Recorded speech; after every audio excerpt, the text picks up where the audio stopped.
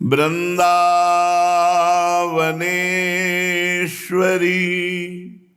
तवैव पदारविन्दम्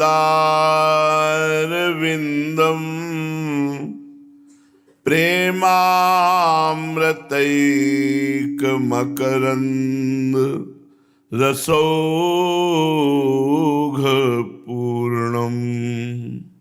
हृद्यर्पितं मधुपते स्मरतापमोग्रम्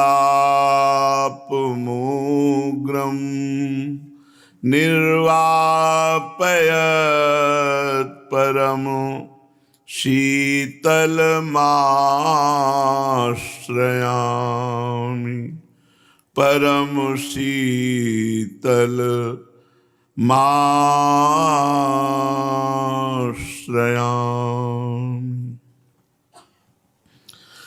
परम सच्चिदानंद घन प्रेमानंद स्वरूप नवनिभृत निकुंज महामहिम परम पावन श्री वृंदावन धाम, श्री वृंदावन धाम के लाडिले प्राणाराध्य प्राण प्रिय श्री युगल सरकार श्यामा श्यामजू, समस्त सहचरी वृंद, खग मृग पशु पंछी तरुलता यमुना रसरानी रजरानी समस्त ब्रजवासी परिकर के चरणों में कोटिशाह प्रणाम, कोटिशाह नमन, नमस्कार। दुचित कबहु परितोष न लहाई। दो जगह चित्त लगाने वाला कभी शांति को प्राप्त नहीं होता, तृप्ति को प्राप्त नहीं होता।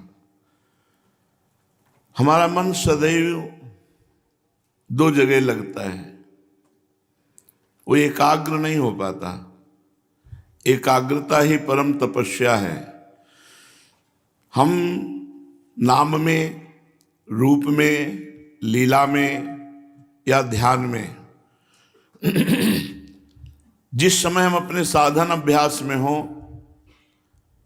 प्रारंभिक साधक की कोई बात नहीं है, मन जा रहा जाने दीजिए, आप नाम पकड़िए, आप प्रभु का ध्यान पकड़िए, प्रभु के चिंतन में रहने की चेष्टा कीजिए।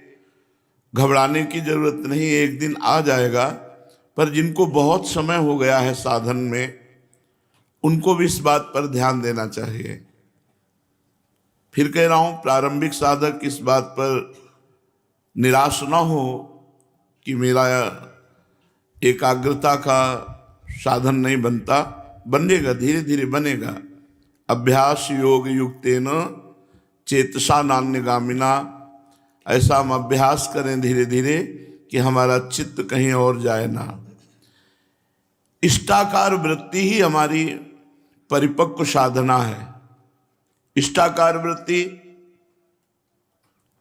राधा, तो ध्यान में राधा, श्रवण में राधा, मन में राधा, स्वयं में राधा, पूर्ण डूबा हुआ।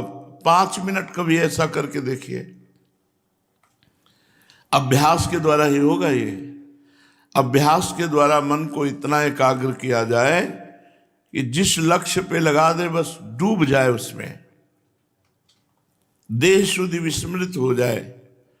फिर यहां तक इतना डूब जाए कि मैं चिंतन कर रहा हूं ये भी विस्मृत हो जाए, तब जाके रंग आता है, प्रेम रंग। बहुत अभ्यास की जरूरत है, कठिन नहीं है, अभ्यास की जरूरत है। अभ्यास में बहुत बड़ी ताकत है। अभ्यास योग युक्तेन चेतसा नान्यगामिना। यदि हमारा चित्त का अभ्यास ऐसा बन जाए कि जिसमें हम लगा रहे हैं बस उसी में लग जाए। श्रवण में लगा रहे तो बस श्रवणेंद्रिय में पूरी एकाग्रता है। रूप दर्शन कर रहे हैं तो नेत्रेंद्रिय में पूर्ण एकाग्रता है। गायन कर रहे हैं तो वाणी में, वाक्येंद्रिय में पूर्ण एकाग्रता है। श्रवण कर रहे हैं तो श्रवणेंद्रिय में पूर्ण एकाग्रता है। जब हम जिस कार्य में लगे, एकाग्रता, तन्मयता, डूबना, ये साधना का स्वरूप है। गा कुछ रहे हैं, सोच कुछ रहे हैं, दिमाग कहीं चल रहा है, वाणी कुछ बोल रहे, ये मतलब प्रारंभिक तो ठीक है, निराश होने की जरूरत नहीं, क्योंकि वो अभी प्रारंभिक है। पर जिन उपासकों को बहुत समय हो गया वो थोड़ा एकाग्रता पर ध्यान दें। ऐसी एकाग्रता भगवान दत्तात्रेय जी ने 24 गुरुओं में एक गुरु बनाया बाण बनाने वाले को। वो बाण को सीधा करके उसकी नोक बना रहा था, पीछे से राजा की सवारी निकल गई, वो नोक को एकदम तन्मयता पूर्वक सीधा बाण और नोक, अनी जिसको कहते हैं। पीछे से उनके राज कर्मचारी निकले, महाराज की सवारी कितनी दूर गई होगी? उसने कहा कौन से महाराज की? बोले अभी दल बल के साथ हमारे महाराज गए हैं राजा। बोले सच मुझे कोई ज्ञान नहीं है, मेरा मन बाण की नोक बनाने में था, इसलिए मैं। भगवान दत्तात्रेय जी वहीं खड़े थे, उसको गुरु बनाया कि साधक की इतनी एकाग्रता होनी चाहिए कि पास से कोई निकल जाए या ढोल, अब राजा जाएगा तो ढोल नगाड़े तुरही वाद्य बज रहे हैं, उनको इससे कोई सुनाई नहीं दिया। कोई तन्मयता, लक्ष्य पे तन्मयता। एक स्त्री अपने प्रीतम से मिलने जा रही थी, प्रीतम ने उसको नियत स्थान बताया था कि वहां मिलेंगे, वो उसके ध्यान में चली जा रही थी, तो गोया वंदना कर रहे थे। वो इतनी रफ्तार में थी कि उनके आसन को रोनते हुए से लांग के चली गई। प्रीतम से मिलन के बाद जब वो वापस आई तो बहुत क्रोध में खड़े थे। उन्होंने कहा कि तुझे दिखाई नहीं देता? मेरा आसन और मेरे को लांग के चली गई, नमन कर रहे थे वो। उसने कहा तुम क्या कर रहे थे?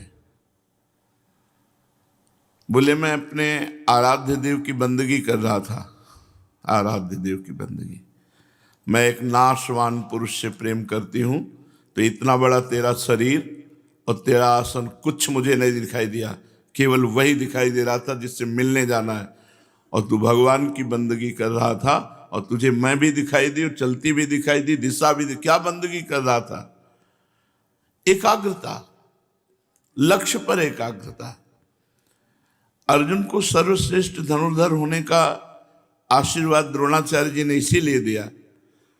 जब सब को धनुर्विद्या में पारंगत कर दिया तो एक पेड़, उसकी डाल पर एक काष्ठ की चिड़िया, और कहा युधिष्ठिर प्रत्यंचा चढ़ाओ और चिड़िया की आंख में निशाना मारना है।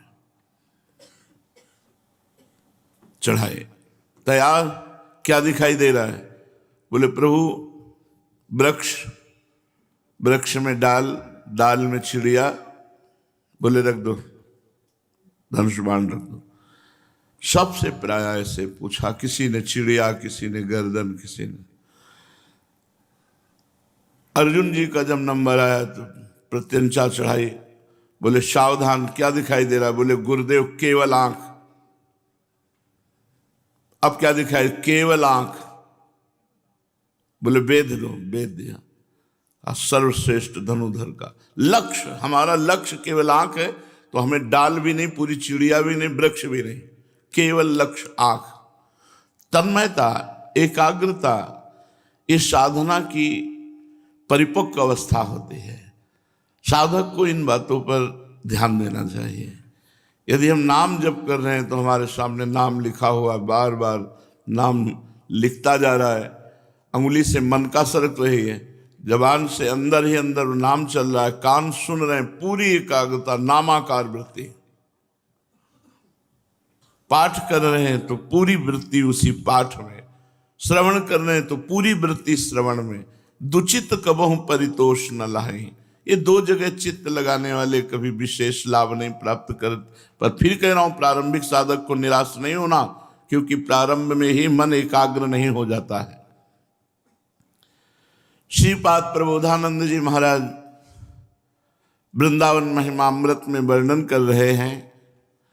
वृंदया विपालिताति दिव्य केली कानन स्वर्ण रत्न दिव्य गंध में दुराव की तले, दिव्य सत प्रसून रत्न साखी मंडलाव्रते, छायाति शोभने मुनीन्द्र वृंद लोभने। ये वृंदावन महाशक्ति वृंदा देवी के द्वारा पालित है, रक्षित है, सुरक्षित है। यहां कोई ऐसा ना सोचे कि जो मैं कर रहा हूं मुझे कोई देख नहीं रहा, मेरे ऊपर किसी की दृष्टि नहीं है। महाशक्ति स्वरूपा श्री वृंदा देवी संपूर्ण ब्रजमंडल की और खासकर वृंदावन की अधिष्ठात्री देवी हैं, उनकी दृष्टि रहती है।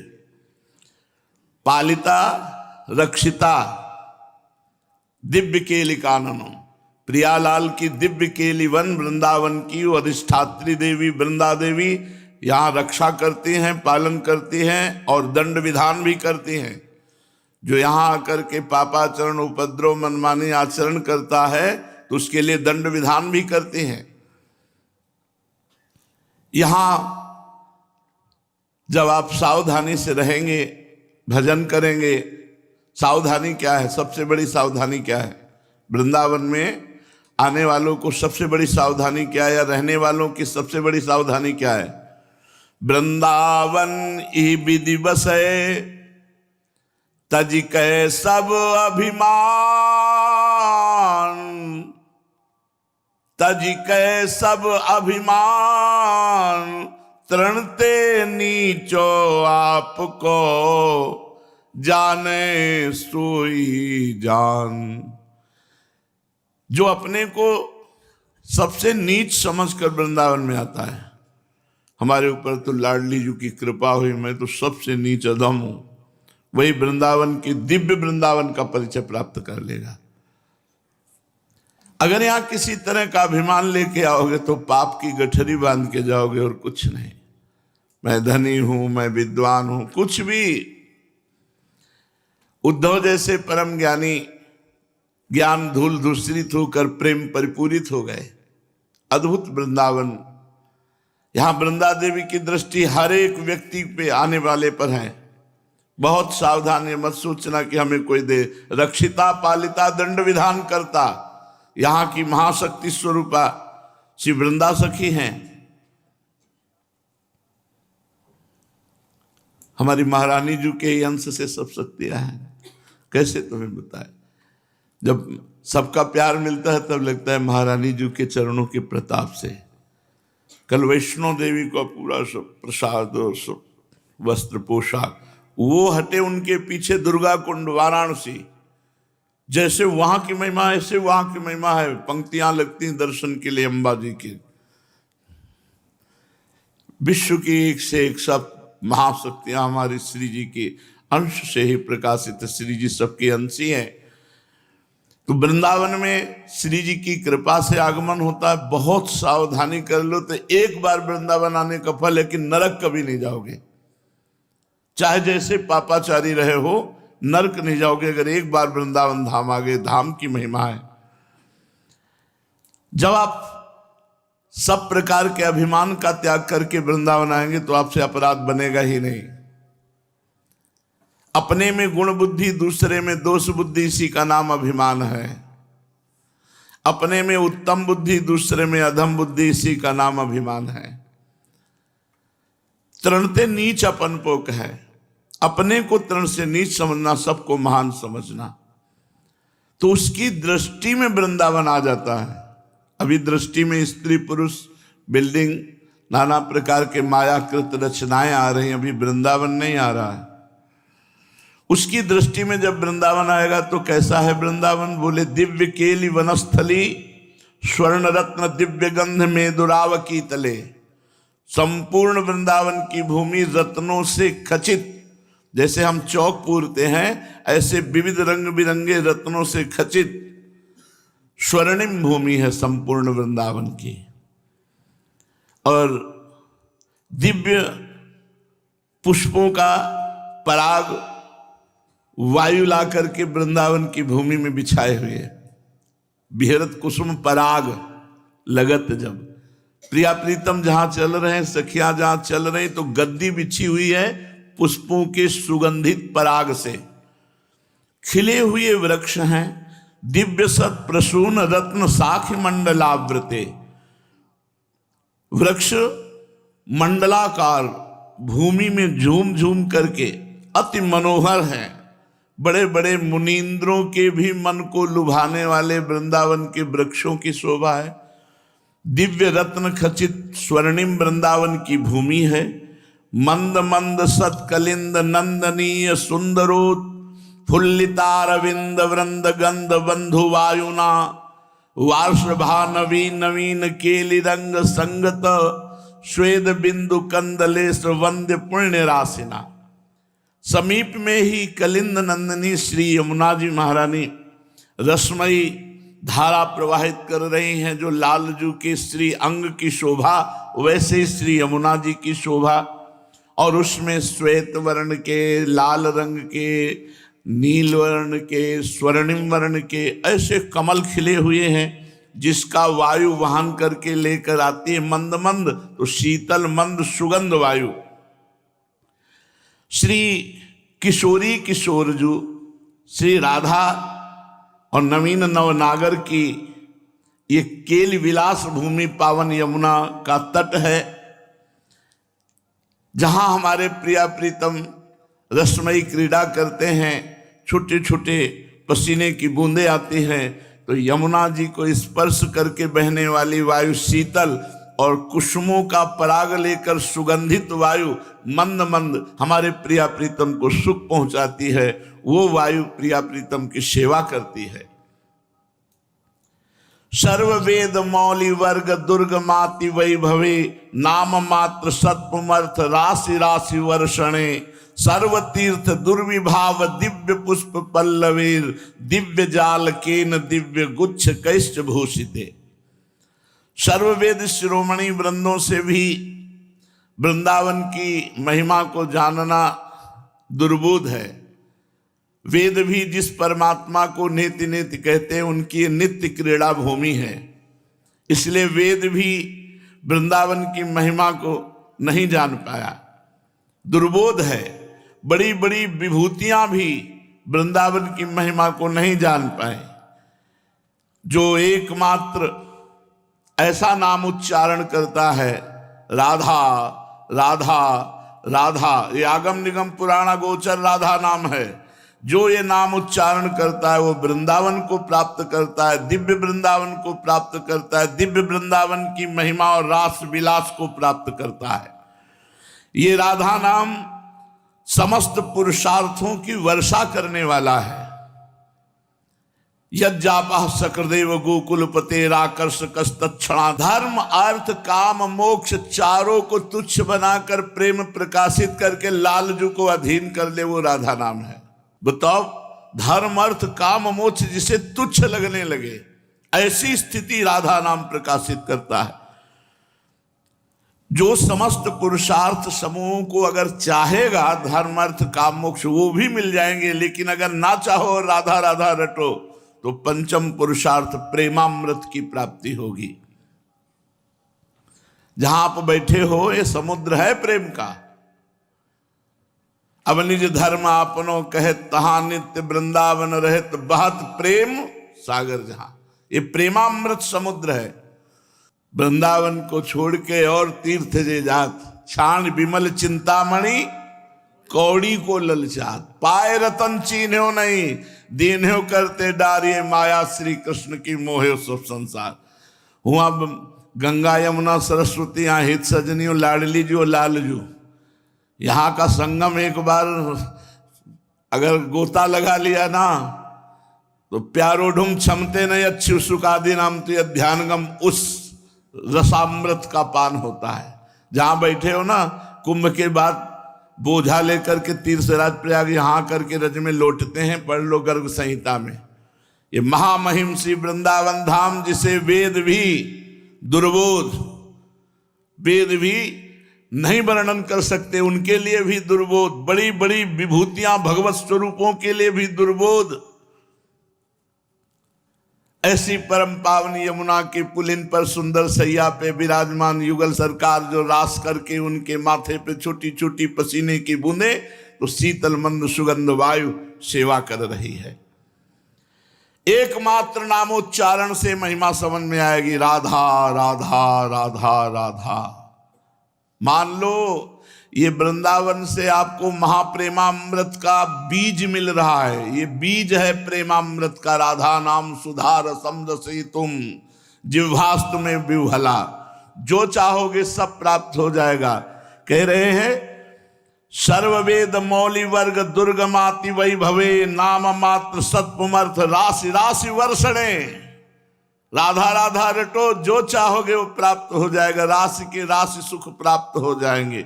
सर्व तीर्थ दुर्विभाव दिव्य पुष्प पल्लवे। ब्रज रज से बढ़ करके कहीं विश्व ब्रह्मांड में नहीं, रज की तुल बैकुंठ नहीं और लोक की माई। वृंदावन की लता सम कोटि कल्प तरुणाई, रज की तुल वैकुंठ नहीं और लोग। यहाँ का साधारण ऐसे जल निकाल के पी लो, असाधारण तीर्थों का फल है। वृंदावन का कहीं भी जल पियो सब महातीर्थमय। फिर कहीं मानसी गंगा राधा कुंड मानसरोवर महान पावन महिमा समझो जहां तुम्हें लाया गया है, अपार महिमा। वृंदावन को छाड़ के और तीर्थ जे जात, छाण विमल चिंतामणि कौड़ी को ललचाते। बात समझ लो, बहुत निष्ठा में ही सब रस जागृत हो जाता है।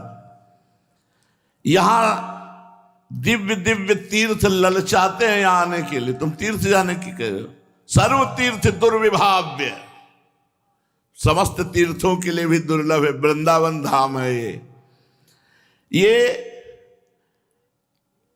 बड़ी बड़ी भावना करने वाले महापुरुषों के भी भाव देश में नाने वाला वृंदावन है। यहाँ के दिव्य पुष्प पल्लव, दिव्य कलियां, दिव्य गुच्छों से विभूषित लता पता। ये वृंदावन के वृक्ष को मरम न जाने को, यहाँ डाल डाल और पात पात पर राधा राधा। या राधा यशो मुखर मत खगावली के, यहाँ के खग मृग पशु पंछी लता तरु सब राधा में हैं। थोड़ा दृष्टि पवित्र होगी तब देख पाओगे। अभी तो संसारिक दृष्टि है तो त्रिगुणमयी माया को ही देख रहे हो। श्री धाम वृंदावन श्रीपाद प्रबोधानंद जी महाराज कह रहे हैं, तैलवर्ति शून्य दिव्य केली दीपक औषधे, दिव्य सत सुधाति मिष्ट वारि पूरी पूरी तई, दिव्य सत सरोवर प्रफुल्ल दिव्य पंकजैर, दिव्य कैरवादि पुष्प नित्य मुग्ध शतपदई। जैसे दीपक जलता है, प्रज्वलित दीपक प्रकाशमान, ऐसे बिना तेल बाती के यहाँ अनंत ज्योतियां प्रकाशित हो रही वृंदावन में। दृष्टि तो बदले। यहां दिव्य औषधियां विराजमान है, दिव्य औषधियां। हम कह रहे हैं अभी दिव्य वृंदावन तो नहीं देखा, तो आप प्रगट वृंदावन देख रहे हो। रज लगाओ और प्रभु का चरणामृत पियो, राधा वल्लभ जी का, और रोज राधा नाम जप करो और जो चाहोगे वो प्राप्त हो जाएगा। चरणामृत में इतनी सामर्थ्य है, अकाल मृत्यु हरणम सर्वव्याधि विनाशनम श्री कृष्ण पादोदकम पीत्वा पुनर्जन्म न विद्यते। स्पष्ट लिखा हुआ, फिर भी सबके दिमाग काम नहीं कर रहे। अरे मांग करके चरणामृत ले जाओ और उसमें जल मिलाते रहो। एक बूंद चरणामृत में कई साल चल सकता है। जल मिलाते रहो, चरणामृत होता जाएगा। रोज चरणामृत पियो। अकाल मृत्यु हरणम सर्व व्याधि विनाशनम, सर्व रोगों का नाश करने की सामर्थ्य। अकाल मृत्यु हरणम सर्व व्याधि विनाशनम श्री कृष्ण पादोदकम पीत्वा पुनर्जन्म न विद्यते। और रजरानी का क्या महिमा वर्णन करना है। यो ब्रह्मरुद्र शुक नारद भीष्म मुख्यैरालक्षितो न सहसा पुरुषस्य तस्य सद्यो वशीकरण चूर्ण मनंत शक्तिम तम राधिका चरण रेणु मनुस्मरा। राधा कुंड, मानसी गंगा, मानसरोवर, इन कुंडों का जल एकत्रित कर लो, 2 बूंद आचमन करो, हर महापुरुष का चरणामृत आपको पीने को मिलेगा। बड़े बड़े महापुरुष जब से हुए अब तक सबका चरणामृत इन कुंडों में विराजमान है। लेकिन वो बुद्धि मायाकृत है तो लगेगा हरा हरा या नमकीन, ये मायाकृत बुद्धि उसे स्वीकार नहीं करेगी। दिव्य औषधियां हैं, दिव्य उत्कृष्ट अमृत को भी फीका कर देने वाला यहाँ का पावन जल है। पर माया बहुत विचित्र है। ऐसा नमकीन जल मिलेगा कि आचमन करना मुश्किल हो जाएगा। ऐसे ऐसे गांव के बाहर तो मीठा, गांव के अंदर नमकीन। पूरे ब्रजमंडल की यही महिमा है। सब सखियां बाहर निकले और जल लेने जब आवे तो लालजू के दर्शन पावे, लालजू का संभाषण पावे। उत्कृष्ट सरोवर जिनकी समानता बड़े बड़े तीर्थ नहीं कर सकते, इनमें दिव्य कमल खिले हुए हैं, दिव्य कैरव आदि पुष्प, इसमें दिव्य भ्रमर मंडरा रहे हैं। मंत्र कोटि पात्र जंतु मात्र मुक्तिदायके, नायके न गोप शुभ्रुवाम सदैव सेविते, दिव्यवास कुट्टिमयी शोभिते, दिव्य नव्य गोप सुंदरी विलास मंदिरे। ध्यान दीजिए, मंत्र कोटि पात्र जंतु मात्र मुक्तिदायके, करोड़ों पाप किए हो और वृंदावन आने का सौभाग्य मिल गया तो बोले उस जीव को मुक्ति प्राप्त हो जाएगी। करोड़ों पाप अपराध बन गए हो बड़े बड़े, अब उसका कोई प्रायश्चित नहीं। आ जाओ वृंदावन की रज में, लौट जाओ, बिहारी जी के दर्शन करो, 2-4 दिन सत्संग कीर्तन, आप पावन हो जाओगे, आपका जीवन बदल जाएगा। यहां के जो ब्रजवासी जन हैं, इनके दर्शन से, इनकी जूठन से, इनकी चरण रज से बड़े बड़े अपराधी परम पवित्र होकर भगवत प्राप्त हो गए। यहां सब दिव्य है, केवल माया के कारण ऐसा ढका हुआ है कि आप देख नहीं सकते। नयन अछत दिखत नहीं, यह माया कर रूप। हमारे नेत्र माया में है, इसलिए सब माया में बड़ी दिव्य स्थली है। थोड़ा सा भजन बहुत करके प्रकाशित होता है यहाँ। ऐसे श्रीधाम वृंदावन का आश्रय लो, श्रीधाम वृंदावन का भजन करो, श्रीधाम वृंदावन की रज का सेवन, चरणामृत का पान करके अपने जीवन को पावन बनाओ। पूज्य पाद श्री उड़िया बाबा जी महाराज। आप्त पुरुषों की वाणी ही प्रमाण होती है, साधारण पुरुषों की नहीं। बोले हम किसकी बात को प्रमाण माने? तो बोले जो भगवत प्राप्त महापुरुष है उसी की। ऐसे नहीं, आप्त पुरुषों की वाणी ही प्रमाण होती है, हर किसी की बात प्रमाणिक नहीं मानी जा सकती। भगवान की वाणी शास्त्र और या मुक्त पुरुष संत की वाणी, मुक्त पुरुष जो जीवन मुक्त महापुरुष है। संत महापुरुषों और शास्त्र की वाणी में परिवर्तन करने का किसी को एक शब्द का भी अधिकार नहीं तो अपराध लगता है। गीता जी में एक श्लोक है, अनन्यश्चिंतयन्तो मां ये जनाः पर्युपासते तेषां नित्याभियुक्तानां योगक्षेमं वहाम्यहम्। तो एक बड़े विद्वान थे, उन्होंने कहा वहाम्यहम् स्वयं कहाँ करते हैं आके? कराम्यहम्, मैं करवा देता हूं। तो काट दिया और वहाम्यहम् की जगह लिखा कराम्यहम्। जो मेरा अनन्य चिंतन करता है, मेरा जन है, मेरे से युक्त रहता है, उसकी व्यवस्था मैं करवा देता हूं। उनका वहाम्यहम् आप स्वयं थोड़ी मोर मुकुट धारण करके आकर के वाहन करते हो, करा देते हो आप। और भिक्षावृत्ति से रहते, बड़े तपस्वी थे। कई दिन वर्षा हुई तो भिक्षा भी नहीं मिली, भूख से परिवार व्याकुल। तो वर्षा में भिक्षा करने गए तो इधर ठाकुर जी सब फल फूल दाल चावल सब सामग्री लेकर आए, लाकर नौ किशोर अवस्था, और यहाँ से रक्त टपक रहा था। तो जो उनकी भार्या थी, कहा कि सब भोग सामग्री है, आपके लिए ही है। तो कहा ये बच्चा तुम्हारे खून कैसे बह रहा है? बोले पंडित जी ने काट दिया है। उन्होंने कहा कि वो तो इतने दयालु हैं, वो तुम्हारे जैसे कोमल बालक को ऐसा कष्ट क्यों दे सकते? उनका आवे तो ये प्रश्न उन्हीं से करना। और वो चले गए। पंडित जी आए, बोले भिक्षा तो आज भी नहीं मिली। बोले नहीं, ये सब आ गई है। एक 9 किशोर बालक आया था, वो स्वयं दे गया है, और आपने उसकी भ्रकुटी के ऊपर काटा क्यों? रक्त प्रवाह हो रहा था। कौन सी पहेली बुझा रहे हो? मैंने कब काटा? तो उनका श्याम रंग के थे, ऐसा ऐसा रूप, बड़ा लुभावना ऐसा। अरे उनका गीता जी भगवान श्री कृष्ण का वांग्मय रूप है, और मैंने जो वाह्यम काट करके करौम्यहम लिखा तो इसका मतलब भगवान को पीड़ा पहुंची, कान पकड़े क्षमा मांगे। शास्त्र में जो शब्द लिखा है और महापुरुष जो शब्द बोले उसका परिवर्तन करने का अधिकार किसी को नहीं है। वो ज्यों का त्यों वैसा ही, उसमें नहीं कि अपनी कोई शब्दावली मिला दे। और चारों युगों के धर्म शास्त्र में लिखे हुए हैं, किसी को कुछ बदलने की आवश्यकता नहीं है। उपासक को चाहिए, चाहे वो गृहस्थ उपासक हो या विरक्त उपासक, क्षौर कर्म मतलब बाल बनाना, दाढ़ी काटना या जो भी ये क्षौर कर्म है, इसको केवल 2 ही दिन करे। अन्य दिन करेगा तो बहुत हानि हो जाएगी। आजकल इसीलिए तो बुद्धि भ्रष्ट है, कहाँ दिन में 3 बार चिकनाओ दाढ़ी। अरे इसकी एक पद्धति है क्षौर कर्म की। सोमवार के दिन जो शिव उपासक है या अपने पुत्र की उन्नति चाहता है, उसको सोमवार के दिन क्षौर कर्म नहीं करना चाहिए। मंगलवार के दिन क्षौर कर्म करने से अकाल मृत्यु का योग होता है। सुन लो ध्यान से, यह आप्त काम पूर्ण काम महापुरुष की वाणी है।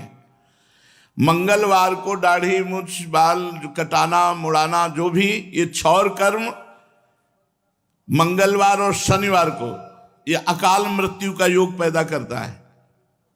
कभी नहीं बनवाना चाहिए मंगलवार और शनिवार को, क्षौर कर्म नहीं करना चाहिए, नहीं आयु अपहरण होती है, अकाल मृत्यु का योग बनता है।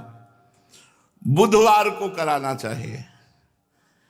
बुधवार को सुख और ऐश्वर्य की वृद्धि करने वाला होता है क्षौर कर्म। और शुक्रवार को करना चाहिए, इससे लाभ यश सुख ये प्राप्त होता है। 2 दिन है क्षौर कर्म करने के लिए, बुधवार और शुक्रवार। मंगलवार और शनिवार को आयु अपहरण होती है, अकाल मृत्यु का योग बनता है। और रविवार भगवान सूर्य का दिन है, इस दिन क्षौर कर्म करने से धन बुद्धि धर्म इसकी हानि होती है। और बृहस्पतिवार गुरु का दिन है, इस दिन लक्ष्मी मान और भक्ति की हानि होती है।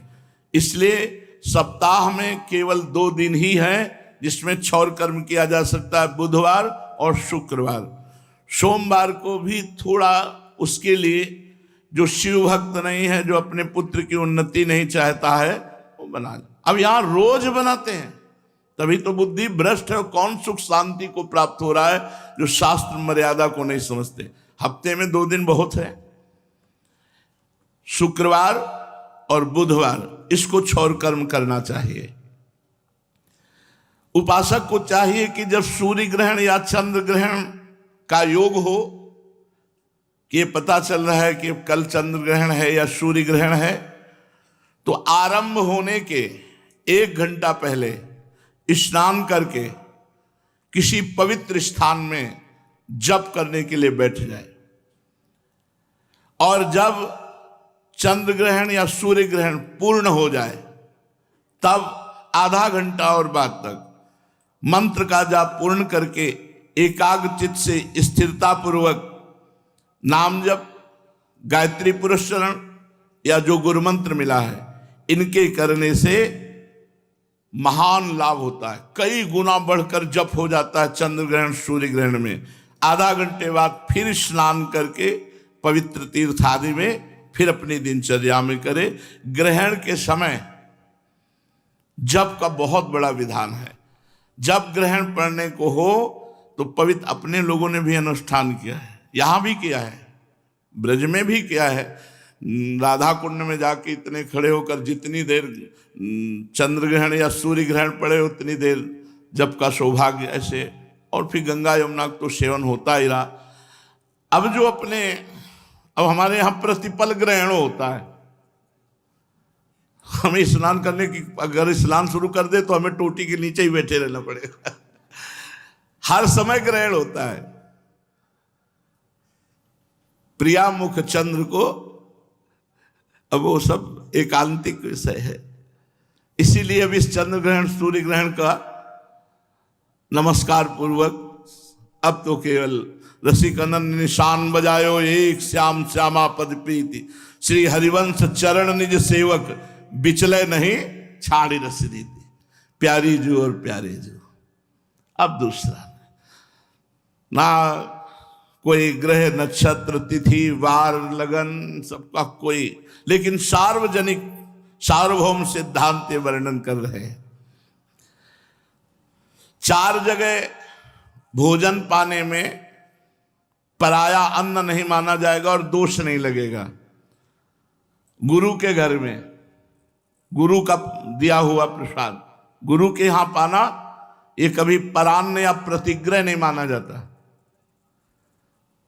एक धनी पुरुष कह रहे थे हमसे वहां, अरे आपके चेले सब आपका खाते हैं, आप जो है हम लोगों को आगे कीजिए।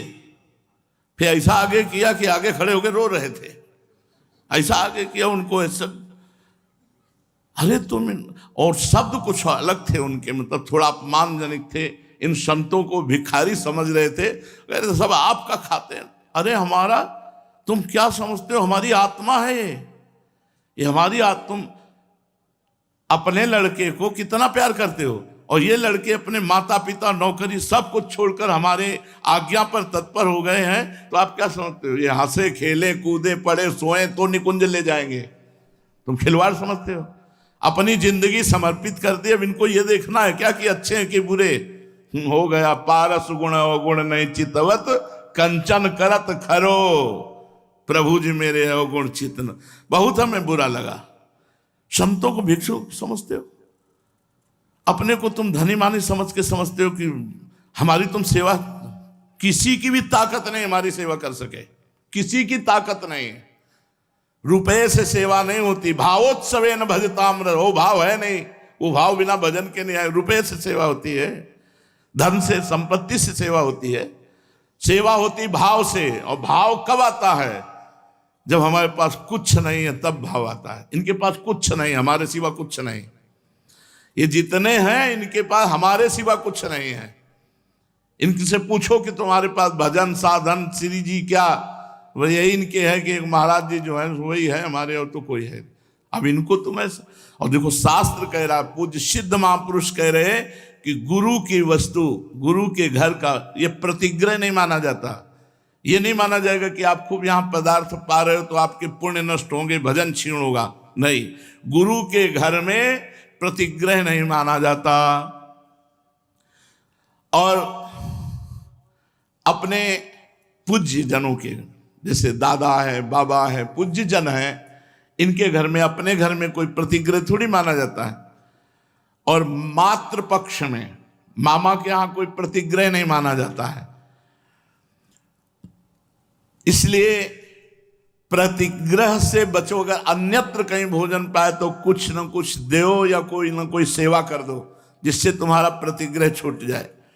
गुरु के यहां कोई प्रतिग्रह थोड़ी होता है। अरे कैसे, तुम अभी जानते नहीं, इस संसार के प्यार में फंसे हुए लोग जानते नहीं। यहां ये नहीं देखा जाता कि तुम कितने साधन करने वाले हो, कितने बड़े भजनानंदी हो, कितने त्यागी हो, कितने तपस्वी हो। यहां देखा जाता है कि आप कितने समर्पित हो, आप कितने समर्पित हो। बस ये जो अपनापन है, ये जो विशुद्ध भाव है, इसी से भगवत प्राप्ति होती। काल प्रारंभ में कह रहे थे भरोसा भरोसा, खाओगे समोसा तो कहां से आएगा भरोसा। इधर चटनी समोसा, ये संसारिक भोग पदार्थ, तो वही संसार की तरफ खिंचाव हो रहा है। थोड़ा सात्विक भोजन पाओ, फिर देखो भरोसा आ जाए। कुछ नहीं है, कोई बंधा नहीं है, कोई, मतलब हम कैसे तुम्हें बताएं। या हास्य रघुनाथ कर बेग न जाने, कोई जो जाने रघुपति कृपा सपने मोह ना हो। गधे की तरह बंधे। एक धोबी गधे को रोज ले जाता था कपड़ा लाद कर घाट में। एक दिन रस्सी भूल गया, सोचा गधा चला जाएगा, पता नहीं कहां दूर चला जाए, हम कपड़े धोएंगे। तो उसने जैसे रस्सी बांधता था ना, ऐसे गधे के पैर में हाथ घुमा दिए 2 बार। गधा खड़ा, कपड़े धो के सुखा के गधे में लादा और हाका तो गधा चला नहीं। 2-4 डंडे मारे, फिर भी नहीं चला। तो उसके दिमाग में चल क्यों नहीं रहा, अच्छा बांधने का नाटक किया था, खोलने का नाटक किया और दौड़ गया। बस ऐसे हम बंधे हैं। हम बंधे नहीं हैं, बंधे नहीं, बिल्कुल बंधे नहीं है। दौड़ पड़े तो अभी बिल्कुल खुला, कौन हमको पकड़े हुए, लेकिन हम बंधने का भाव स्वीकार कर चुके हैं। इसीलिए उपासना के द्वारा उस बंधन भाव को हटाया जाता है। गोस्वामी जी कह रहे जड़ चेतना ग्रंथि पड़ गई, यद्यपि मृषा छूटती कठिनाई। यद्यपि झूठी है, अब हमारी इस समय भाषा समझ जाओ, ना कोई बंधन है ना कोई मोक्ष है, दोनों अज्ञान कल्पित हैं, दोनों नाम अज्ञान के हैं, मोक्ष भी और बंधन भी। पर भाव में बंध गए हो तो भाव से छूटना पड़ेगा, बस इतनी बात है। यद्यपि मृषा छूटति कठिनाई, उसी भाव को कैसे समझा जाए। एक जगह भाव लगा दो, गुरु में, इष्ट में, नाम में, मंत्र में, धाम में, कहीं एक जगह समर्पित हो जाओ। अब भैया जीवन का लक्ष्य हमारा नाम राधा राधा राधा, हम कुछ नहीं जानते, हमारा कहीं प्रेम नहीं, बस नाम में राधा राधा राधा, नाम निष्ठ हो जाओ।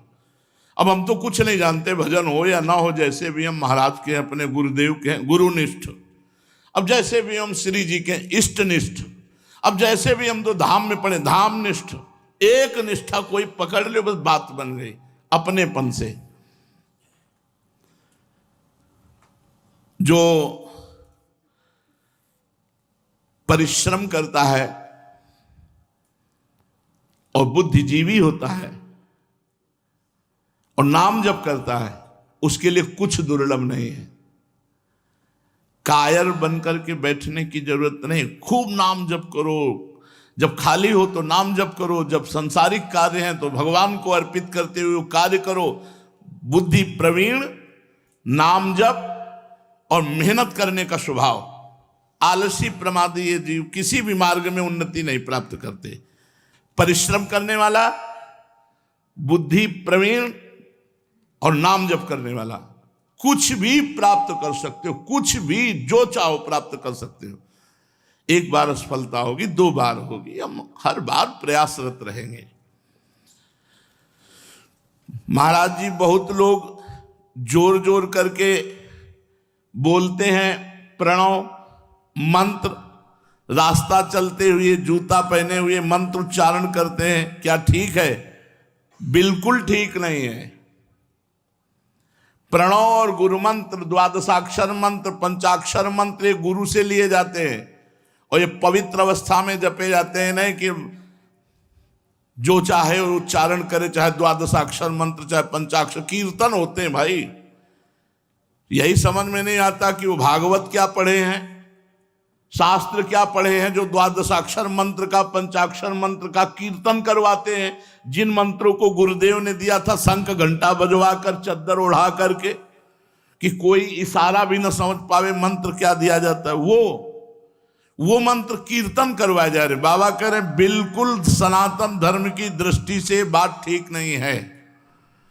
हमारे शास्त्रों में प्रणव माने ओम और वैदिक मंत्र जितने भी हैं, अशुचि अवस्था में नहीं जपना, पादुका पहने हुए नहीं जपना और उच्चारण करते हुए नहीं जपना, अंदर ही अंदर जपने का विधान है।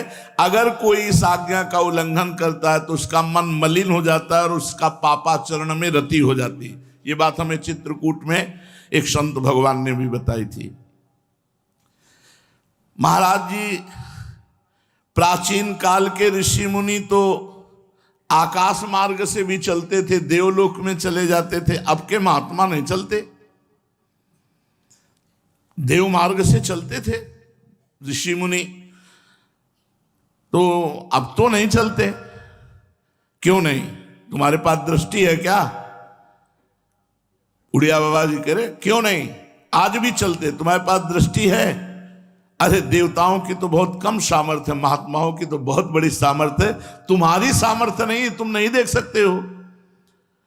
सबके शरीर तो एक से नहीं होते, किन्हीं के शरीर तमोगुण प्रधान होते, किन्हीं के रजोगुण प्रधान होते, किन्हीं के सत्वगुण प्रधान होते। जो जितना सूक्ष्म शुद्ध सतोगुणी होगा और खूब भजन परायण होगा, वो लोक लोकांतर में संकल्प करते ही पहुंच जाएगा। अब इसको देखने के लिए तुम्हारे अंदर भी तो उतनी तपस्या और साधना होनी चाहिए। आज भी महात्मा है जो देव मार्ग से चलते हैं, योग मार्ग में जो स्थित महात्मा है। कुछ समय पहले की बात है, पाली है कानपुर में, वहां नागा बाबा उनंग धड़ंग रहते थे, बच्चों के साथ खेलते रहते थे। विशाल काय शरीर, बहुत लंबे चौड़े और दिगंबर वैसे।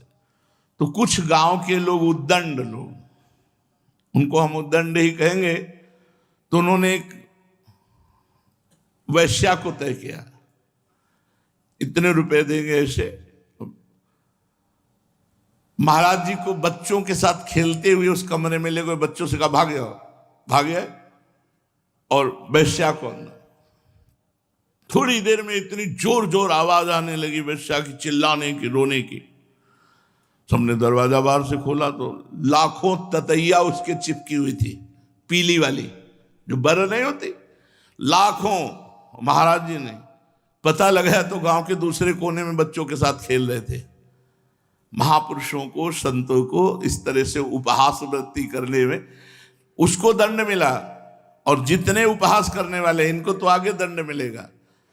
तो महात्माओं की शक्ति को देखने के लिए खुद महात्मा बनना पड़ेगा, तब देखना। बाबा बोले आकाश मार्ग से कितने ऋषि मुनि चल रहे हैं, तुम्हारी दृष्टि हो तब तो तुम देख पाओगे।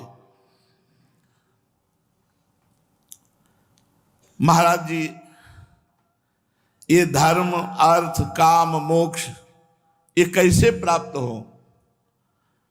पुरुषार्थ माने प्रयास, सहनशीलता माने धैर्य, पुरुषार्थ, सहनशीलता और शास्त्र के अनुसार कर्मानुष्ठान और इंद्रिय संयम, बस इसी से सब कुछ प्राप्त हो जाएगा। इंद्रियों को बुरे कामों से रोक लो और लंबे समय तक फल ना मिले तो भी धैर्यवान रहो। शास्त्र के अनुसार पुरुषार्थ करो, नाम जप करो, निश्चित जो चाहोगे वो प्राप्त हो जाएगा। चलते हैं श्रीमद् भागवत महापुराण। प्रसंग चल रहा है करुणामय भगवान द्वारिकाधीश दिव्य रुक्मिणी जी के महल में, रुक्मिणी जी के पलंग में विराजमान हैं। रुक्मिणी जी स्वयं अपने कर कमल से पंखा कर रहे हैं। बड़ा सुंदर शोभा है। महालक्ष्मी रुक्मिणी जी पंखा कर रही, अखिल ब्रह्मांडों के स्वामी द्वारिकाधीश भगवान पलंग पर विराजमान है। सुंदर मोतियों की लड़ियों की झालरें लटक रही, मणियों के दीपक जगमगा रहे हैं, बेला चमेली के फूलों से सजाया गया है, महमा महक रहा है, सुंदर इत्र छिड़का गया है। चंद्रमा की सी कांति उस महल के अंदर हो रही स्वाभाविक। और उद्यान में पारिजात वृक्ष विराजमान है, जिसकी शीतल मंद वायु सुगंध लेकर के प्रभु की सेवा कर रही है। चारों ओर धूप जैसी सुगंध। ऐसे महल में दुग्ध के फेन के समान कोमल उज्जवल बिछौने पर भगवान श्री कृष्ण विराजमान है। रुक्मिणी जी त्रिलोकी पति भगवान श्री कृष्ण की सेवा कर रहे हैं। श्री रुक्मिणी जी चंवर डुलाते हैं, कभी पंखा डुलाते हैं, ऐसे सेवा कर रहे हैं। रुक्मिणी जी के कर कमलों में जड़ाऊ अंगूठियां, कंगन, चंवर शोभा पा रहा है। भगवान के श्रीमुख की शोभा देख करके एकटक आनंद में मगन है। जब भगवान मुस्कुरा देते हैं तो रुक्मिणी जी का हृदय आनंद से भर जाता है। रुक्मिणी जी अलौकिक रूप लावण्यवती महालक्ष्मी ही तो है। जब भगवान को देखा कि सर्व सच्चिदानंद में लीला मनुष्य रूप धारण करते हैं, तो आप भी शरीर धारण किया रुक्मिणी रूप में। भगवान श्री कृष्ण ने देखा रुक्मिणी जी बहुत आनंदित है, पंखा जला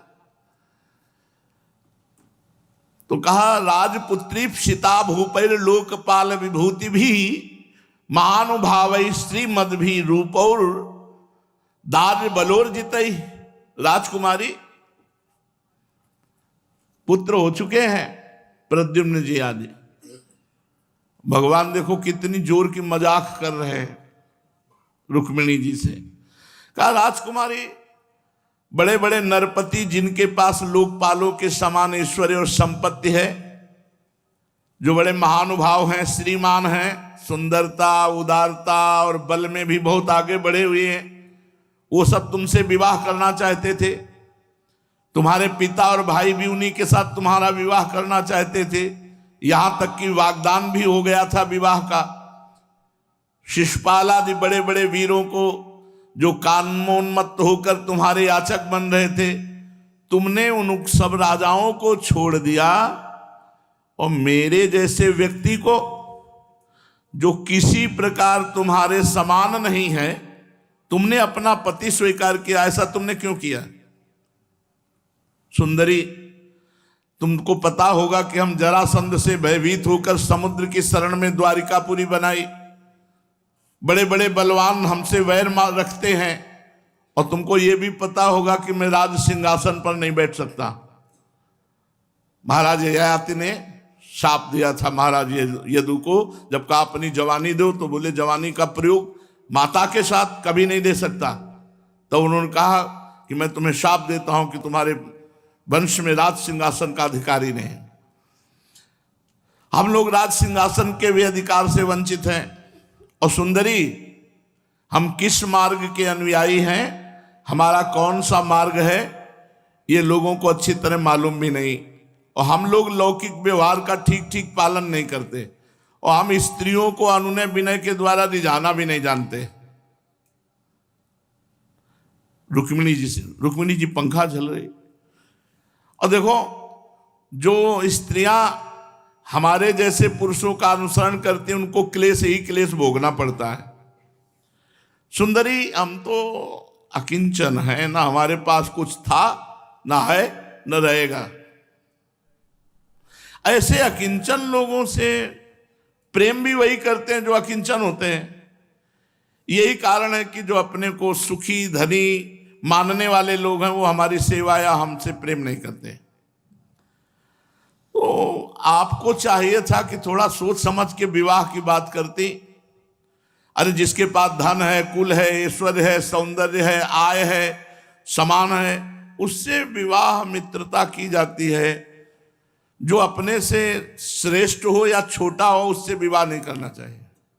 धन संपत्ति, आय, कुल, इसमें समानता होनी चाहिए। राजकुमारी, हमें लगता है कि तुम जल्दीबाजी में ऐसा कर लिए, अदूरदर्शिता के कारण इन बातों का विचार नहीं किया, और बिना जाने बूझे भिक्षुकों से हमारी प्रशंसा सुनकर मुझ गुणहीन को पति रूप में वर्ण कर लिया। रुक्मिणी जी को तो होश उड़ जा रहे कि एक बोल क्या रहे प्रभु। देखो, एक बात तुम्हें बताएं, अभी कुछ बिगड़ा नहीं। बिगड़ा नहीं? महाराज यार कैसी मजाक करते हो, लड़का बच्चा हो गया, कह रहे कुछ बिगड़ा नहीं। कह रहे अभी कुछ बिगड़ा नहीं है। तुम देखो, अपने अनुरूप कोई वर्ण कर लो, हम सहयोग करेंगे आपका। तुम्हारी इस लोक की परलोक की सारी अभिलाषाएं पूर्ण हो जाएंगी। आप केवल वर्ण करो, अब बताओ कौन। और सुंदरी, तुम तो जानती ही हो कि शिशुपाल, साल्व, जरासंध, दंतवक्त आदि बड़े बड़े नरपति, तुम्हारा बड़ा भाई रुक्मी भी हमसे द्वेष करता है। ये सब बड़े बलवान कभी हमारा मंगल कर सकते हैं। तुम कोई दूसरा पुरुष वर्ण कर लो, और ये परलोक में सब सहयोग हम करेंगे। सब, अभी कुछ बिगड़ा नहीं आपका। अच्छा, तो आप सोच सकती हो कि मैंने अपहरण क्यों किया आपका। मैंने इन दुष्टों का मान मर्दन करने के लिए अपहरण किया, और कोई कारण नहीं था, और कोई कारण नहीं था। निश्चय हम उदासीन हैं, हमको न स्त्री, न पुत्र, न संतान, न वस्तु, न धन, इनसे हमें कोई मतलब नहीं। ये देह गे, इन सब से हम अलग हैं। देखो, हम तुम्हें बताएं, हम पूर्ण काम है, कृतकृत्य है, आत्माराम है, हमको किसी की जरूरत नहीं। रुक्मिणी जी से, रुक्मिणी देवी तो पंखा कहीं और गिरा, आप मूर्छित हो गई। ऐसा प्रभु बोल रहे, प्रभु कभी असत्य नहीं बोलते। एक भी शब्द मजाक में भी बोल रहे तो परम सत्य बोल रहे, सुन लेना भी। रुक्मिणी जी उसकी व्याख्या करेंगी। श्री सुखदेव जी कहते हैं, परीक्षित रुक्मिणी जी ये सुनकर के तो होश उड़ गए उनके कि ऐसा क्यों प्रभु ने किया। तो श्री सुखदेव जी कहते हैं, हर समय भगवान रुक्मिणी जी के महल में अधिक रहते थे, तो इनको थोड़ा गर्व था। उस गर्व की शांति के लिए भगवान ये बोले। जब रुक्मिणी जी ने अपने परम प्रीतम त्रिलोकेश्वर भगवान द्वारिकाधीश की अपनी वाणी सुनी, जो पहले सोचा भी नहीं था कभी, कह रहे अभी कुछ बिगड़ा नहीं, अपने अनुरूप वर वरण कर लो, हम तो आत्मा राम है, हमें किसी की जरूरत नहीं। हृदय की इतनी धड़कन तेज हो गई कि वो मूर्छित हो गई, मुंह नीचे लटक गया, दुख से आकुल, बड़ा भय कि कहीं प्रभु छोड़ न दे मुझे। वियोग की संभावना से ऐसी स्थिति हो गई, हाथ का चंवर गिर गया, विकलता से अचेत हो गई, बाल बिखर गए और धरती पर धड़ाम से भगवान ने देखा कि अरे रुक्मिणी जी तो गंभीर विषय में अपनी बुद्धि पहुंचा दी, इसको ये नहीं समझ रही कि मैं हास्य विनोद कर रहा हूं। भगवान करुणा में तुरंत उठे चतुर्भुज द्वारिकाधीश और भूमि पे गिरी हुई रुक्मिणी जी को उठाया, फिर शीतल जल पीतांबर से मुख पोछा, आसन पर लेटाकर अपने कर कमल से अब आप चंवर कर रहे हैं, पंखा कर रहे हैं महाराज। जब रुक्मिणी जी को होश आया तो देखा भगवान द्वारिकाधीश अपने बाहों में विराजमान किए हैं। भगवान श्री कृष्ण तो समस्त विद्याओं के आचार्य हैं, समझाने बुझाने में तो वैसे भी बहुत प्रवीण हैं। भगवान श्री कृष्ण का राजकुमारी बुरा मान गई तुम, देखो मुझसे रूठना नहीं, मैं जानता हूं कि तुम एकमात्र मेरे परायण हो, तुम मेरी प्राण प्रिय हो। मैं तो ये हंसी मजाक कर रहा था कि इसके बाद तुम गुस्सा होके कैसे बोलोगी, तुम तो मूर्छित हो गई। मैं देखना चाहता था कि तुम्हारे ओठ कैसे गुस्सा से फड़कते हो, फिर तुम क्या क्या बोलती हो, तुम तो मूर्छित हो गई। हम देखना चाहते थे कैसे तुम्हारी भौं चढ़ती है और कैसे तुम हमसे उत्तर देती हो। परम प्रिय राजकुमारी हम जैसे गृहस्थों के लिए तो आप जैसे, अब वो तो मतलब चतुर शिरोमणि है ना, यही सुख की घड़ियां है कि थोड़ा 4 मिनट 10 मिनट हंसी मजाक कर लिया, तुम इसको इतनी गंभीरता से ले लिए। जब भगवान ने कहा मैं मजाक कर रहा था, तब रुक्मिणी जी को चेतना आई कि हो ये परिहास। अब उनके हृदय में ये जो भय भर गया था कि भगवान मुझे छोड़ रहे हैं, ये जाता रहा। अब वो सावधान हुई और भगवान श्री कृष्ण के मुखारविंद को निरखती हुई कहने लगी। अब एक एक शब्द का उत्तर दे रहे रुक्मिणी जी। भगवान परिहास में भी कभी असत्य वार्ता नहीं करते। रुक्मिणी जी ने कहा, कमल नयन, आपका यह कहना ठीक है कि ऐश्वर्य आदि समस्त गुणों से युक्त अनंत भगवान के अनुरूप मैं नहीं हूं। आपने कहा कि मैं आपके अनुरूप पति नहीं हूं, तो ये बात आप बिल्कुल सत्य कह रहे हैं, क्योंकि मैं आपके अनुरूप नहीं हूं। आप कहां समस्त ऐश्वर्य ज्ञान वैराग्य सबसे समुद्र हैं आप, और मैं आपके अनुरूप नहीं हूं। मैं कभी आपकी समानता नहीं कर सकती। कहां आप अपनी अखंड महिमा में स्थित तीनों गुणों के स्वामी ब्रह्मादि देवताओं से सेवित आप भगवान, और कहां 3 गुणों के अनुसार स्वभाव रखने वाली गुणमयी मैं प्रकृति। मेरी सेवा के लिए मेरी कामना करके पीछे भटकने वाले तो अज्ञानी लोग ही होते हैं प्रभु। लक्ष्मी जी कह रहे हैं, मेरी सेवा कामनाओं के पीछे भटकने वाले, मेरे पीछे भटकने वाले अज्ञानी लोग ही होते हैं। भला मैं आपके समान कब हो सकती हूं प्रभु स्वामिन। और आपका ये कहना भी ठीक है कि राजाओं के भय से समुद्र में आज छिपे हैं, परंतु राजा शब्द का अर्थ पृथ्वी के राजा नहीं, 3 गुण, सतोगुण रजोगुण तमोगुण। और आप समुद्र ये नहीं, अंतःकरण, तीनों गुणों से परे होकर अंतःकरण में आप छुपे हुए विराजमान हैं सबके। जो संतों की अनुभूति में आते हैं आप। और ये आपने कहा कि आपसे राजा वैर रखते हैं, परंतु राजा कौन? ये दुष्ट इंद्रियां, ये दुष्ट मन, इनसे वैर है। और आप प्रभु कहते हैं राज सिंहासन से रहित हैं, ये भी ठीक है, क्योंकि आपके चरणों की सेवा करने वालों ने भी राजा के पद को घोर अज्ञान अंधकार समझकर दूर से ही छोड़ दिया। फिर आपके लिए कहना क्या है? आप कहते हैं हमारा मार्ग स्पष्ट नहीं, हम लौकिक पुरुषों जैसा आचरण नहीं करते। ये भी निसंदेह सत्य है, क्योंकि जो ऋषि मुनि आपके पाद पद्म मकरंद रस का सेवन करते हैं उनका मार्ग भी अस्पष्ट रहता है। विषयों में उलझे हुए नर पशु उसका अनुमान भी नहीं लगा सकते कि महात्मा किस मार्ग में चलते हैं। हे अनंत, आपके मार्ग में चलने वाले आपके भक्तों की भी चेष्टाएं जब प्रायः अलौकिक होती हैं, तब समस्त शक्तियों और ऐश्वर्यों के स्वामी आपकी चेष्टाएं अलौकिक हों, इसमें तो कहना ही क्या है। आपने अपने को अकिंचन बतलाया कि मेरे पास कुछ नहीं है, परंतु आपकी अकिंचनता दरिद्रता नहीं है। इसका अर्थ यह है कि आपके अतिरिक्त कुछ है ही नहीं, आप ही सब कुछ है। आपके पास रखने के लिए कुछ नहीं है। परंतु जिन ब्रह्मादि देवताओं की पूजा सब लोग करते हैं, भेंट देते हैं, वे लोग भी आपकी पूजा करते हैं। आप उनके प्यारे हैं और वे आपके प्यारे हैं। आपका यह कहना भी सर्वथा उचित है कि धनाढ्य लोग मेरा भजन नहीं करते। तो जो लोग अपनी धनाढ्यता के अभिमान से अंधे हो रहे हैं और इंद्रियों को तृप्त करने में लगे हैं, वे ना तो आपका भजन सेवन करते और ना ये जानते हैं कि मृत्यु के रूप में उनके सिर पर आप सवार हैं। पता नहीं किस समय मृत्यु आ जाए, बस उसी धन भोग में लगे हुए हैं।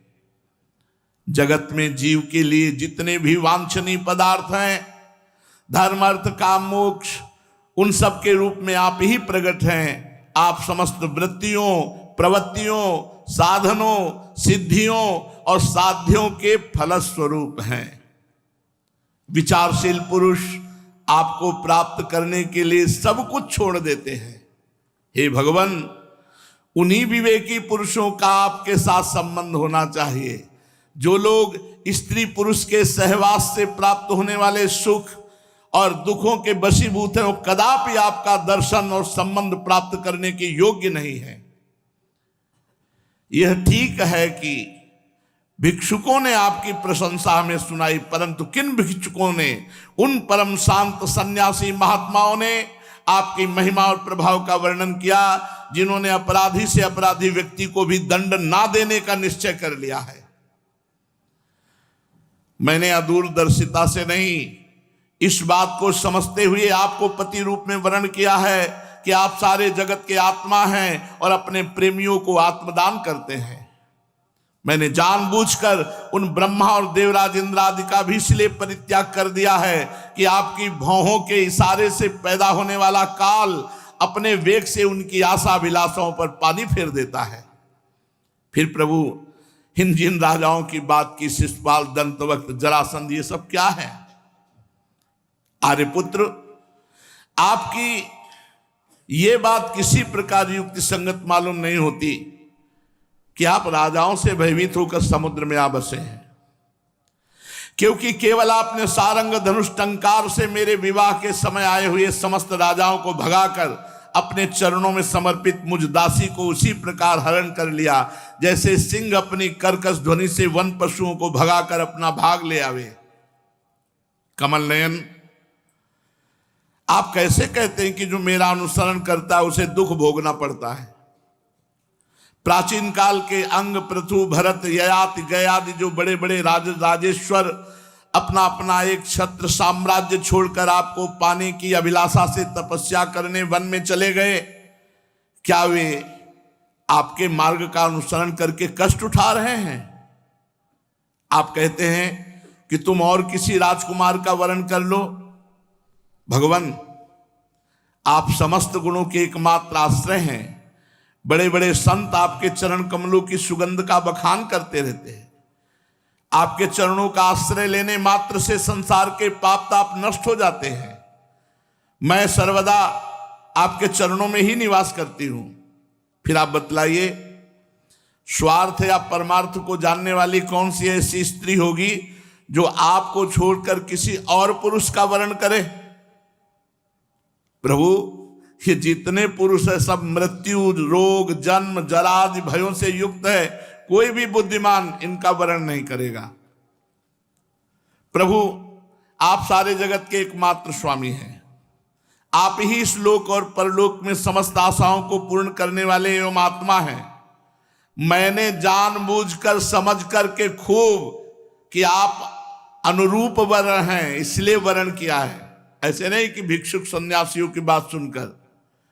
मुझे अपने कर्मों के अनुसार, देखो बहुत सुंदर बात कह रहे, मुझे अपने कर्मों के अनुसार विभिन्न योनियों में भटकना पड़े इसकी मुझे कोई परवाह नहीं, पर मेरी एकमात्र अभिलाषा है कि मैं सदा अपना भजन करने वालों का मिथ्या संसार भ्रम निवृत्त करने वाले, उन्हें अपना स्वरूप दे डालने वाले आपके चरणों की शरण में रहूं, चाहे जहां जन्मूं।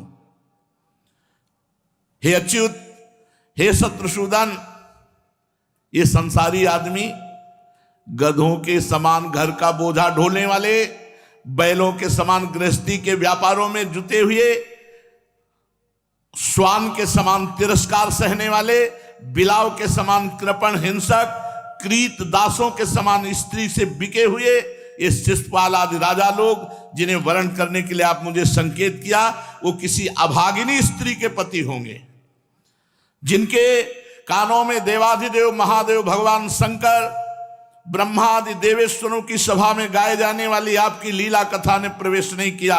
उन अभागिनी स्त्रियों के पति होंगे। ये मनुष्य शरीर अगर है और भगवत चर्चा, भगवान नाम नहीं है तो जीते जी मुर्दा है वो। ऊपर से चमड़ी, दाढ़ी, मूछ, रोए, नख, केशों से ढका हुआ है, परंतु इस शरीर के भीतर है क्या? मांस, हड्डी, खून, कीड़े, मल, मूत्र, कफ, पित्त, वायु। वो मूढ़ स्त्री है जो आपको अपना परम प्रीतम न मानकर इन शरीरों को परम प्रीतम मानती है। वो मूढ़ है। कमल नयन, आप आत्मा राम है। मैं सुंदरी अथवा गुणवती हूं, इन बातों पर आपकी दृष्टि नहीं जाती। तो आपका यह कहना कि मैं उदासीन रहता हूं, यह स्वाभाविक सिद्ध है। फिर भी प्रभु, आपके चरण कमलों में मेरा सुदृढ़ अनुराग हो, यही मैं आपसे मांगती हूं। जब आप इस संसार की अभिवृद्धि के लिए उत्कट रजोगुण धारण करके मेरी ओर देखते हैं तो मैं आपका परम अनुग्रह मान करके ही प्रकृति रूप में फैल जाती हूं। ये वही है, दूसरा नहीं।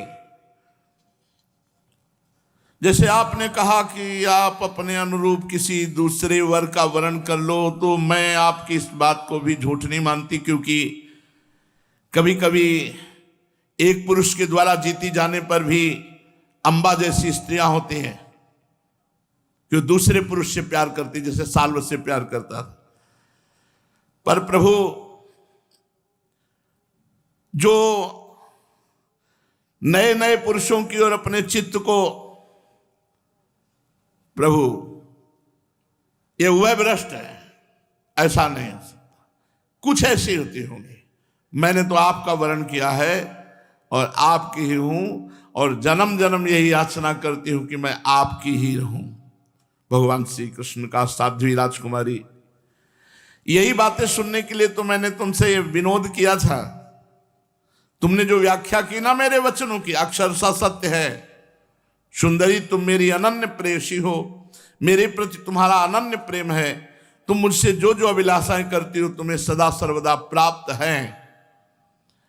और ये बात भी है कि मुझसे की हुई अभिलाषाएं, ये बहुत खास बात समझो, भगवान से अगर सांसारिक वस्तुएं भी मांगोगे तो फंसोगे नहीं।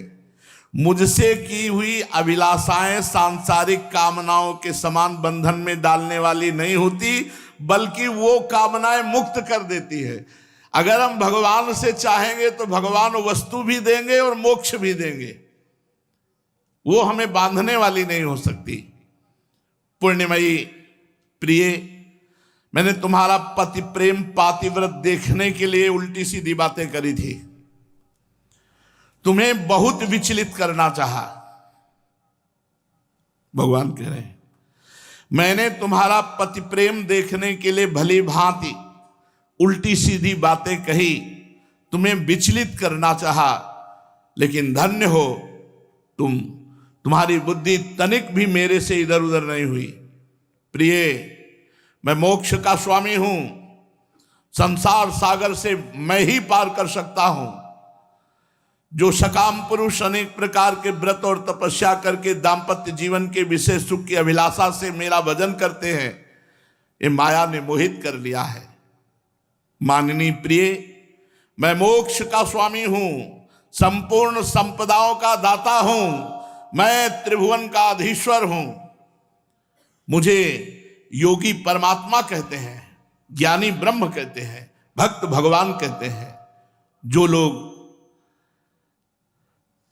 समझ नहीं पाए वो मेरे से विषय सुख मांगते हैं, मेरे से पराभक्ति नहीं चाहते, वे बड़े मंदभागी हैं, क्योंकि विषय सुख तो हर योनियों में मिल जाते हैं, सूकर कुकर को भी मिल जाते हैं, परंतु उन लोगों का मन तो विषयों में ही लगा रहता है, इसलिए उन्हें नरक जाना अच्छा जान पड़ता है। प्राण प्रिय, ये बड़े आनंद की बात है कि तुम्हारे मन में मेरे सिवा तनिक भी किसी के प्रति चंचलता नहीं आई। मैं संसार बंधन से मुक्त करने वाला और मेरी सेवा और इतना विचलित करना चाह, लेकिन तुम्हारा मन केवल मेरे में। दुष्ट पुरुष कभी ऐसा नहीं कर सकते, दुष्ट चित्त कभी ऐसा नहीं कर सकता। जिन स्त्रियों का चित्त दूषित है, कामनाओं से भरा है, उन्हीं में छल छद मादी रहता है, सरलता नहीं रहती।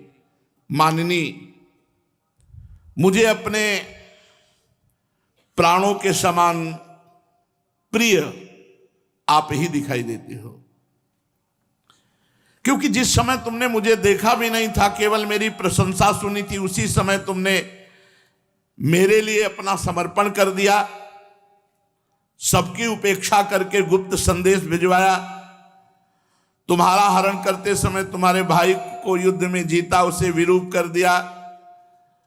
और अनिरुद्ध के विवाह में तो चौसर खेलते समय बलराम जी ने रुक्मी को तो मार ही डाला, किंतु हमसे वियोग ना हो जाए इसलिए तुम सब कुछ सहती रही। तुमने मेरी प्राप्ति के लिए जो दूत भेजा था, वो जब विलंब से पहुंचा तो उस समय तुम्हारा जीवन कैसा कि आप शरीर छोड़ देती। वो प्रेम भाव मुझे याद है। मैं तुम्हारे प्रेम का बदला नहीं चुका सकता, सर्वोच्च प्रेम भाव का मैं केवल वंदना करता हूं। परीक्षित जगदीश्वर भगवान श्री कृष्ण आत्माराम हैं, मनुष्य की सी लीला करते हुए वो श्री रुक्मिणी जी से ऐसी वार्ता की। प्रत्येक 16,108 8 पट रानियां, 16,100 रानियां, 10-10 पुत्र उत्पन्न किए भगवान ने, 10 पुत्र। अब आप ये सकल सृष्टि उन्हीं के संकल्प के, तो 10 पुत्र कोई बड़ी बात है? हम सब उन्हीं के तो प्रकट किए हुए हैं। संकल्प मात्र से अनंत ब्रह्मांडों का सृजन, और सब भगवान के समान बलशाली ऐसे पुत्र प्रकट किए। राधा वल्लभ लाल की जय।